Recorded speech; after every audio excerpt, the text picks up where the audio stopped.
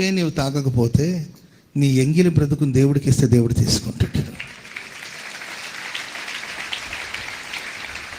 కాబట్టి యవన కాలమందే లోకానికి అరిగిపోయి కరిగిపోయి తరిగిపోయి లోకమంతా విలాసవంతమైన జీవితం అంతా అనుభవించి పాప భోగాల బ్రతికి ఆ తర్వాత ఒక సమయం వచ్చినప్పుడు నేను ప్రభువుని తెలుసుకుంటాను అనడం కన్నా అవకాశం ఇచ్చాడు కదండి.